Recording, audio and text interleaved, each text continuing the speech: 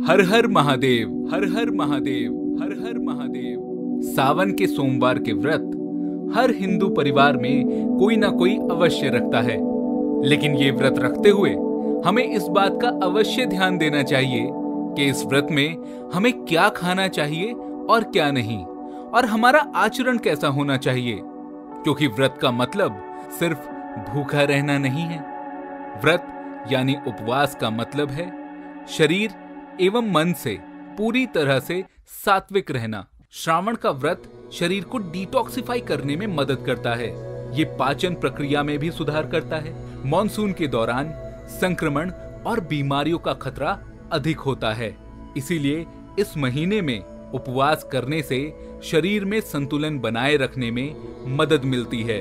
उपवास शरीर में जमा अनावश्यक वसा से छुटकारा पाने में भी मदद करता है, क्योंकि उपवास के दौरान पानी का सेवन बढ़ जाता है, जो शरीर को हाइड्रेट भी करता है। आपने भोजन के बारे में सात्विक और तामसिक ये शब्द भी जरूर सुने होंगे, तो आज हम आपको बताएंगे कि महादेव के व्रत में आपको क्या खाना चाहिए और क्या नहीं। लेकिन उससे पहले आपको ये बता दें कि आपको क्या अवश्य करना चाहिए। सावन के सोमवार के व्रत के एक दिन पहले से आपको प्याज और लहसुन से बना खाना नहीं खाना चाहिए, ना ही नॉनवेज खाना चाहिए और ना ही ड्रिंक्स लेने चाहिए। इससे आपका शरीर सोमवार के व्रत के लिए तैयार हो जाता है। दरअसल सावन में पाचन तंत्र काफी कमजोर हो जाता है और हमें बहुत ज्यादा इनडाइजेशन की प्रॉब्लम्स भी होने लगती हैं। ऐसे में आपको उपवास में हैवी और तला भुना खाने से परहेज करना चाहिए। सावन के सोमवार में भगवान भोलेनाथ का दुग्धाभिषेक करना चाहिए। ओम नमः शिवाय का जितना हो सके मन में दिन भर पाठ करना चाहिए और सुबह को महामृत्युंजय मंत्र का जाप करना चाहिए। आजकल की भागदौड़ भरी जिंदगी में हमारे लिए 108 बार महामृत्युंजय मंत्र का जाप करना शायद थोड़ा कठिन हो, इसलिए आप ये संख्या 5, 7 या 11 भी कर सकते हैं। जरूरी ये है कि आप दिन भर शांत स्वभाव में रहें, किसी को भला बुरा ना कहें और क्रोध ना करें, और दिन भर एक अच्छा आचरण बनाए रखें। सावन के व्रत की शुरुआत चाय से न करके आपको किसी हेल्दी ड्रिंक से करनी चाहिए, जैसे नींबू पानी या जूस या फिर नारियल पानी। इससे आप दिन भर एनर्जी महसूस करेंगे और स्वस्थ रहेंगे।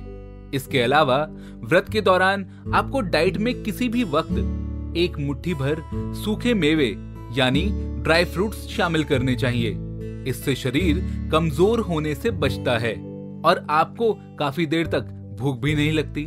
व्रत के दिन आप फलाहार में आलू, लौकी, कद्दू या अरबी की सब्जी बनाकर भी खा सकते हैं। इन सब्जियों को शुद्ध सात्विक आहार माना गया है। आप इन्हें घी या जीरे में छौंक कर बना सकते हैं। हरी मिर्च और सेंधा नमक का इस्तेमाल कर सकते हैं। सावन के सोमवार में आपको फल अवश्य खाने चाहिए, इससे आपका शरीर डिहाइड्रेशन से बचता है।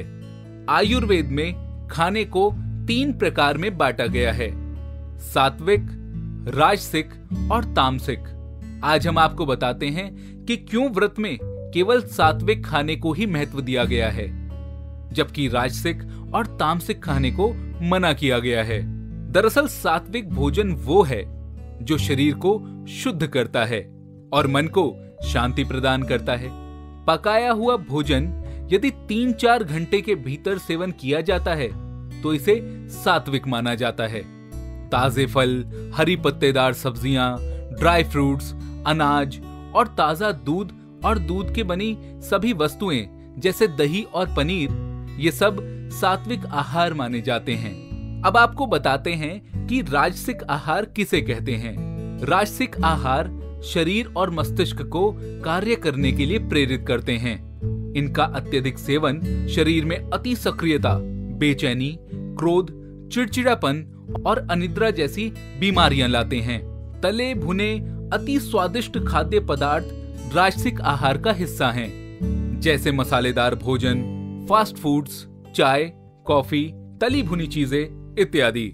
अब जानें कि वो कौन सा आहार है जिसको व्रत में पूर्णतः निषेध बताया गया है। वो है तामसिक आहार। तामसिक भोजन वो है जो शरीर और मन को सुस्त करते हैं। इनके अत्यधिक सेवन से जड़ता, भ्रम, भटकाव महसूस होता है। बासी या फिर दोबारा गर्म किया गया भोजन, तली भुनी चीजें, अत्यधिक भोजन और आर्टिफिशियल चीजों से बनाया गया भोजन इस श्रेणी में आता है।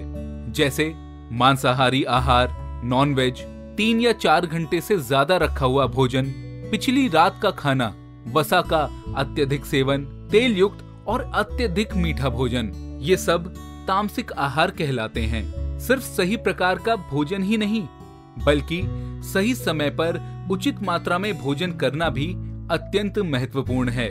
जरूरत से ज्यादा खाने से शरीर में सुस्ती आती है, जबकि कम मात्रा में भोजन करने से शरीर को पर्याप्त मात्रा में पोषक तत्व नहीं मिलते। अधिकांश समय हम जानते हैं कि हमारा पेट भरा हुआ है, लेकिन स्वादिष्ट भोजन के कारण और टेम्पटिंग चीजों को देखकर हम अपने आप को रोक नहीं पाते।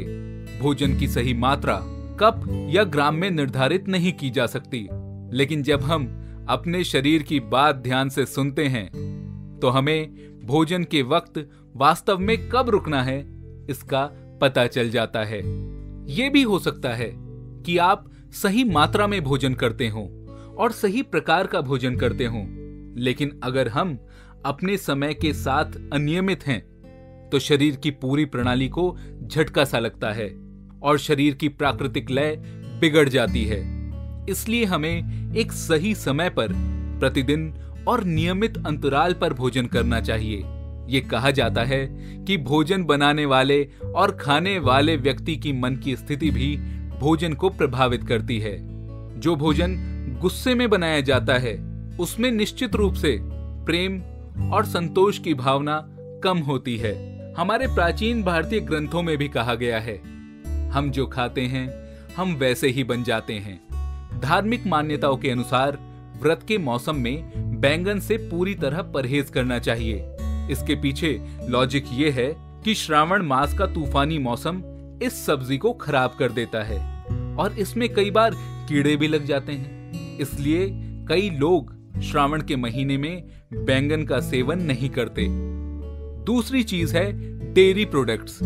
उपवास और आपके शरीर को डिटॉक्सिफाई करते समय दूध और दूध से बने प्रोडक्ट थोड़ा असंतुलन पैदा करते हैं।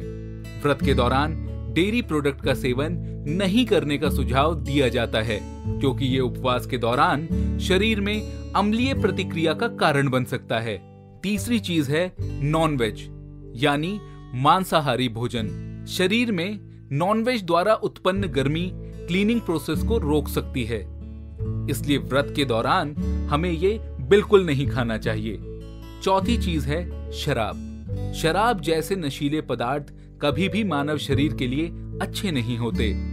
ये लीवर और किडनी जैसे अंगों की कार्य प्रणाली को खराब कर देते हैं।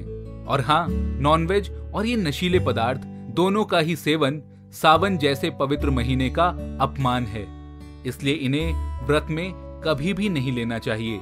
हम आशा करते हैं कि आप सावन के व्रत में इसका पालन अवश्य करेंगे और भगवान भोलेनाथ आप पर कृपा बनाए रखेंगे। हर हर महादेव। ऐसी और धार्मिक बातें जानने के लिए व पौराणिक कहानी सुनने के लिए जुड़े रहें एस्ट्रोलॉजिक के साथ फेसबुक, इंस्टाग्राम और यूट्यूब पर। धन्यवाद।